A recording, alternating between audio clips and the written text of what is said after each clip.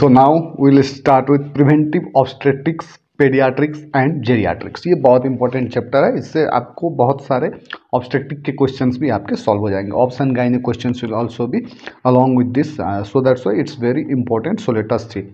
The first question they are asking is ideal number of antenatal visits. ठीक है, ये proper PSM का question है।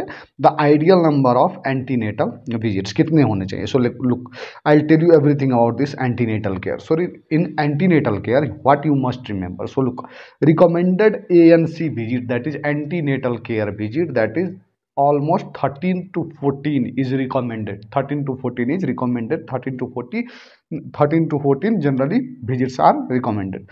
That is from 0 to 7 months once per month, यानी कि 7 visit हो गए. 8th मंथ में generally twice per month, that is 2 visits.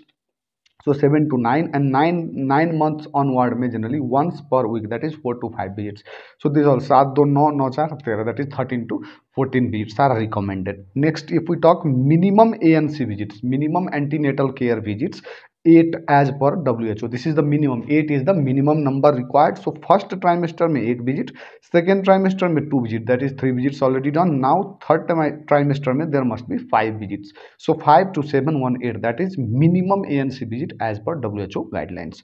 Next देखो, according to the government of India, the minimum ANC visit is 4. देखो, minimum ANC visit as per WHO is 8, recommended is 13 to 14, and the minimum ANC visit by the Indian government that they have told, according to the government of India, the minimum ANC visit is 4. ठीक है, minimum 4. registration next 14 to 26 weeks POG है ना, और 26 to 34 में एक बार जाना है, 26 to 34 weeks period of gestation, and 30 weeks term पे जाना है एक बार. So 1 2 3 and 4, this 4 is the minimum required. So minimum ANC visit is known as antenatal care contact. So now you tell me the ideal number of antenatal visit, that is ideal means recommended. ठीक है, recommended कितना है? 12 to 14. This is 4. 4 is the minimum as per generally Indian government, and 7 to 8 is as per generally the WHO, that is 8. 7 to 8 से exact number 8, that is generally, और greater than 15 तो है ही नहीं कहीं पे. So generally 8 is generally good for generally minimum ANC visit as per WHO. चलो आगे देखते हैं. So let us see the next. What advice है ना, what advice should be given to a mother of a newborn regarding exclusive breastfeeding duration? ठीक है, exclusive breastfeeding duration. So let us see. breastfeeding में सबसे most important advices जो है वो ऐसे है. देखो, ये 5 6 7 generally these 7 advices are very much important. So let's see. Exclusive breastfeeding till the age of 6 months. First advice should be you must do exclusive breastfeeding up to 6 months. Can be continued up to 2 years. Should be initiated as soon as possible after the delivery. ठीक है, ASAP after delivery. Energy 65 kilocalorie per 100 ml, and breast milk has a maximum amount of lactose. Immunoglobulin which is most abundantly secreted is IgA followed by IgD. These are the most important questions that can be asked from this breastfeeding topic. That's why I have just put all these at one place. So this is contains other IG as well, but main क्या होगा? IgA होगा. ठीक है, IgA होगा breast milk में. Energy कितना होता है ब्रेस्ट मिल्क का? 65 किलो कैलोरीज पर 100 ml. ठीक है, so this is about the breast feeding. So what advice should be given to a mother of a newborn regarding exclusive breast feeding? It should be done for 6 months. ठीक है, maximum 2 years तक भी आप करा सकते हैं, उससे ज़्यादा भी कर सकते हैं, but generally can be continued up to 2 years, but 6 months exclusive is very important for the better growth and development of the child. Next देखो, which of the following is direct cause of maternal death? Direct cause of maternal death देखो, most common cause जो होता है direct, that is postpartum hemorrhage in India. postpartum hemorrhage से most of the people after generally the delivery they die of postpartum hemorrhage. ठीक है, postpartum hemorrhage in India. Indirect cause of generally this death is generally the anemia. ठीक है, indirect cause is anemia, और इसी के लिए generally some programmes like anaemia Mukt Bharat वगैरह सब चला रहे हैं गवर्नमेंट ऑफ इंडिया की तरफ से. सो नेक्स्ट देखो, which of the following is direct cause of maternal death? And next is other causes. Other causes में अगर मैं बात करूँ, ये मोस्ट कॉमन कॉज था postpartum haemorrhage, and indirect most common cause anaemia है. नेक्स्ट अगर मैं अदर कॉजेज की बात करूँ डायरेक्ट कॉजेज में, तो thromboembolism, hypertensive crisis, dystocic child birth, infection और sepsis, complication to abortion, and generally allergy to anaesthesia. These are the other direct causes. Indirect cause की अगर मैं बात करूँ तो heart disease, diabetes, HIV AIDS and malaria, ये चारों चीज़ क्या है, इनडायरेक्ट कॉज है। Direct maternal death, indirect cause of maternal death. So generally यहाँ पे हमारे पास क्या है, देखो direct they are asking us, so embolism, anaemia, preeclampsia and diabetes. ये anaemia is the most common indirect cause, ठीक है। प्रीक्लेम्सिया, डायबिटीज, ये प्रीक्लेम्सिया और diabetes generally these are also coming under indirect. So direct में हमारे पास क्या रहा है, इम्बोलिज्म, ठीक है। Embolism is generally, thromboembolism is the direct cause of generally the maternal death. What is the denominator of infant mortality rate? Infant mortality rate की formula अगर याद है तो then you can see, look, infant mortality rate means number of infant deaths during the year divided by number of live births in the same year into 1000. So denominator में क्या है, number of live births in the same year, so 1000 total life birth, क्योंकि 100 से करोगे, 1000 से करोगे तो वही हो जाएगा 1000 टोटल लाइफ बर्थ पर 1000 total life birth.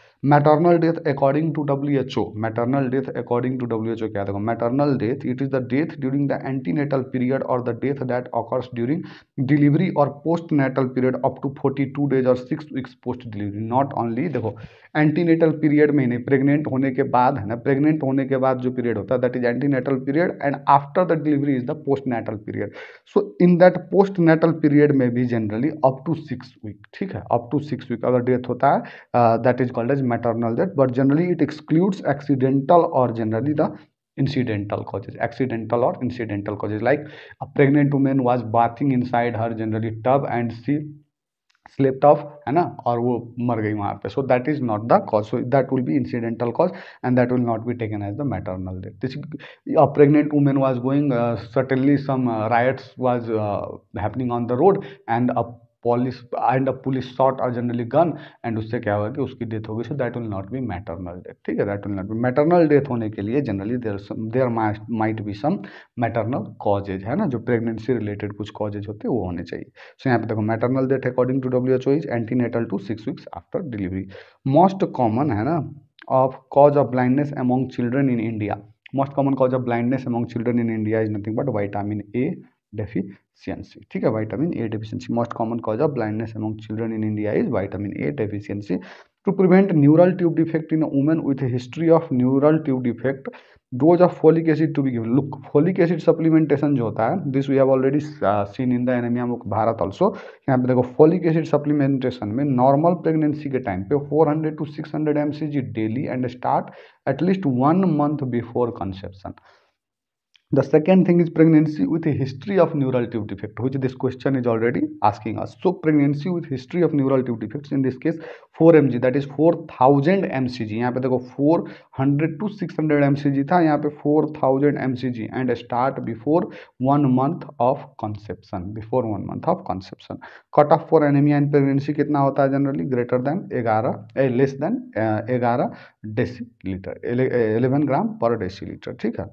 So in this case our answer will be 4 mg, that is 4000 mcg, not 0.4 mg or 0.1 or 1 mg। Next देखो vitamin K at birth is given to prevent, देखो new born baby जो होता है, when the new born baby it has minimal stores of prothrombin at birth. Normally a newborn baby has very low stores of generally prothrombin at birth and lack of intestinal flora also. So all of you know from generally our biochem that intestinal flora helps in generally secretion of which vitamin and production of which vitamin, that is nothing but vitamin K, phyloquinine. So generally disease will be there and hemorrhagic disease of newborn can occur if there is less amount of what, vitamin K. So this vitamin K is necessary to prevent the hemorrhagic disease of newborn, given to prevent the hemorrhagic disease of newborn. All are true about colostrum except, all are true about colostrum except contain high sugar and fat, है ना। So let us see colostrum में generally क्या क्या होते हैं। So what are the questions that are being frequently repeated from this colostrum topic. Colostrums generally essentially fat acid and exclusively essential fat acids which are exclusively present in colostrum is docosahexaenoic acid। ये मैंने आपको कहाँ पर भी बताया, I have already told you this in the biochem topic भी, वहाँ पे भी मैंने आपको बताया था docosahexaenoic acid DHA, required for brain development and myelination, this is required for brain development and myelination, this is docosahexaenoic acid। amino acid present for brain development is taurine in the colostrum। sugar and fat that is more in cow milk than human milk, याद रखना है ये चीजें। human milk has higher lactose, iron, water and calcium phosphate ratio। Breast milk can be easily digested by the baby, but generally जो cause milk वगैरह होते हैं उसको जनरली ज़्यादा अच्छे से पचा नहीं पाता बेबी। नेक्स्ट देखो, most abundant Ig in the colostrum और the breast milk is IgA followed by IgD। So next यहाँ पे देखो क्या हो रहा है, generally all are true about colostrum except contain high sugar and fat, ये ट्रू नहीं है, ठीक है। Thick and yellow colour, this is 100% right, deep lemon colour type का, has high IgA, of course has high IgA, has high amino acids and minerals also, has high amino acids and minerals also। देखो amino acid present for brain development, taurine is present in high amount in generally colostrum, sugar and fat more in cow milk होती है। देखो sugar and fat जो होता है contain high amount of sugar and fat, नहीं, ये generally किसमें, cow milk में ज़्यादा होता है, cow milk में it is more, this statement is right for cow milk rather than for generally human milk। आगे देखो, which test is done at sub center during the pregnancy के time पे at the sub center which test is done, that is nothing but hemoglobin, ठीक है। hemoglobin test can be done, tests that are available at sub center are UPT, urinary pregnancy test for pregnancy confirmation, hemoglobin estimation and urine albumin and sugar, these three can be done। ये USG OGTT triple test ये सब नहीं किया जा सकता at the level of sub center। आगे देखो, how much additional calories per day is required in a pregnant lady, in a pregnant lady additional calorie कितनी ज़्यादा रिक्वायर होती है। So look according to NIN the pregnancy the women should take plus 350 kilo calorie per day, जितना आप ले रहे थे पहले उससे प्लस 350 किलो कैलोरी आपको क्या करना है, बढ़ाना है। सो that is 350 kilo calorie. Most common cause of low birth weight in India, ये 520 किलो कैलोरी किसमें है, देखो in the 6 to 12 months of the lactation, 600 kilocalorie during 1 to 6 months of lactation। So this is generally 600, वो ये भी 520 नहीं, this is the nearest value 520 to 550 जो यहाँ पे दिया हुआ है। So I wanted to make this clear कि ये किस रिलेटेड दिया गया है, that is 600 kilocalorie in the lactation period during the first 1 to 6 months of the lactation। आगे देखो, most common cause of low birth weight in India, LBW in India, that is low birth weight किसको बोलोगे, less than 2.5 kg in India। It is generally most common cause of low birth weight in India is intrauterine growth retardation, IUGR is the main cause, intrauterine growth retardation is the most common cause of generally the low birth weight in India। आगे देखो, this short gestational age, this is most common in development, this is the most common cause of generally LBW in the developed countries। According to WHO all are true about reduced osmolarity ORS। देखो reduced osmolarity ORS मैंने आपको पहले भी करवा चुका है। So let's see, in the WHO reduced osmolarity ORS, NaCl is 2.6 gram, KCl 1.5 gram, sodium citrate 2.9 gram, glucose 13.5 gram, total 20.5 ग्राम। अगर मैं बात करूँ इसमें मिलीमोल पर लीटर में, जनरली सोडियम की अगर मैं बात करूँ तो that is 25 millimole per litre, potassium is 20 millimole per litre, chlorine is 65 millimole per litre, citrate is 10 millimole per litre and glucose is 75 millimole per litre, that is all together 245 millimole per liter, and it should be dissolved with 1 liter of water and which should be consumed before 24 hours, ठीक।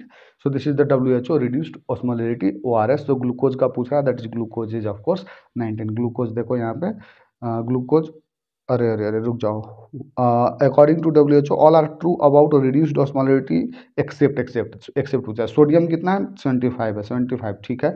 Citrate is 10, citrate is 10 है ना, potassium 20, that is also right है ना, potassium is 20 है ना, यहाँ पे देखो पोटासियम 20 है। एंड जनरली ग्लूकोज कितना है, सो ग्लूकोज इज 75, यहाँ पे हमको दिया हुआ है 90। So this is wrong and that's why this is our right answer, ठीक है। चलो आगे देखते हैं।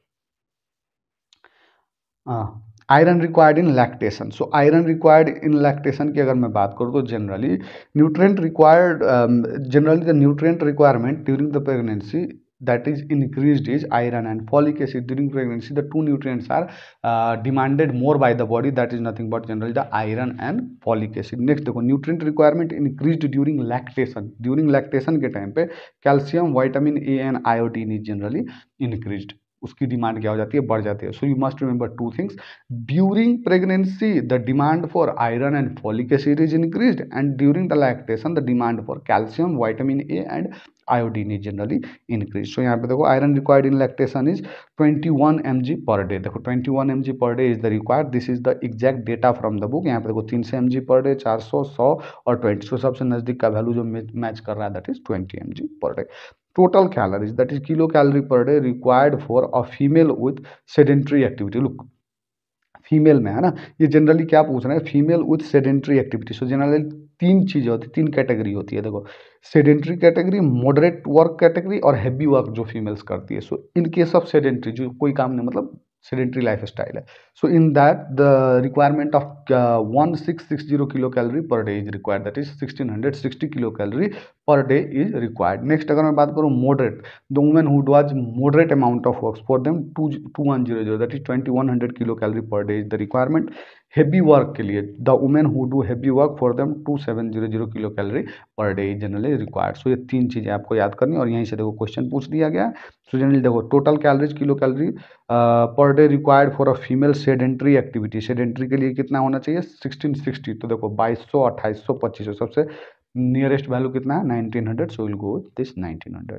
obstetric care will mostly affect the obstetric care will generally affect the perinatal mortality rate, ठीक है, perinatal mortality rate, because 28th week to 7th day of newborn life में generally इस पेरीनेटल मोर्टेलिटी रेट क्या होता है, that is 28th जो mortality rate है generally the baby dying during this period is generally 28th week to 7th day of newborn life, they generally come under the perinatal perinatal period, that is gestational 28th week to generally 7th day of the newborn life. So इसमें generally obstetric care अगर अच्छे से किया जाए that will generally lower down this perinatal mortality rate.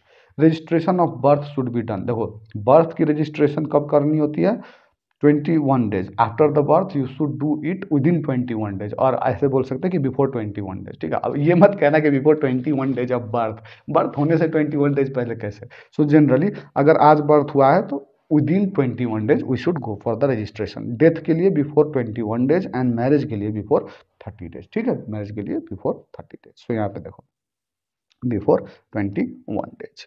आगे देखो according to integrated management of generally neonatal and childhood illness, colour used in triage for home management, colour used in triage for home management, देखो triage for home management, red colour is urgent referral, yellow colour मतलब treat in OPD. दो colour है यहाँ पे आपको याद रखना है, एक ये ट्रायज वाला मैंने ऑलरेडी आपको बता चुका हूँ। सो अर्जेंट रेफरल रेड के लिए एंड येलो में generally treat in OPD. Best agent for diarrhoea, diarrhoea के लिए सबसे बेस्ट एजेंट इज ओआरएस, ठीक है। Best for fluid loss supplementation, ठीक है। मेट्रोनिडाजोल जनरली सपोर्टिव है, ऐसे अगर आप मेट्रोनिडाजोल देखोगे तो आप सबसे पहले उसको जाके टिक मार के आओगे, but this is wrong, this is for supportive care. OR is best for the fluid loss supplementation, diarrhoea की सबसे मेन जो प्रॉब्लम होती है that is generally for fluid loss supplementation, and for that the best technique that works so fast is ORS. Infant mortality rate does not include IMR, that is infant mortality rate, it does not include the perinatal mortality, perinatal mortality इसमें नहीं आती, क्योंकि देखो IMR is equals to number of deaths of children less than 1 year age in 1 year, ठीक है, less than एक बरस से कम के बच्चों की death divided by total number of live births in that year, that is into 100,000, this is generally infant mortality rate. So generally post neonatal mortality है ना, ये इंक्लूड होता है early neonatal mortality and late neonatal mortality, all comes under IMR, but perinatal mortality because perinatal mortality में कब होता है 28th weeks onward भी अगर पीरियड ऑफ जेस्टेशन में डेथ हो गया तो that comes under perinatal mortality, so that does not come in the case of infant mortality rate. So this much for this video. I'll meet you in the next video, that is nutrition and health.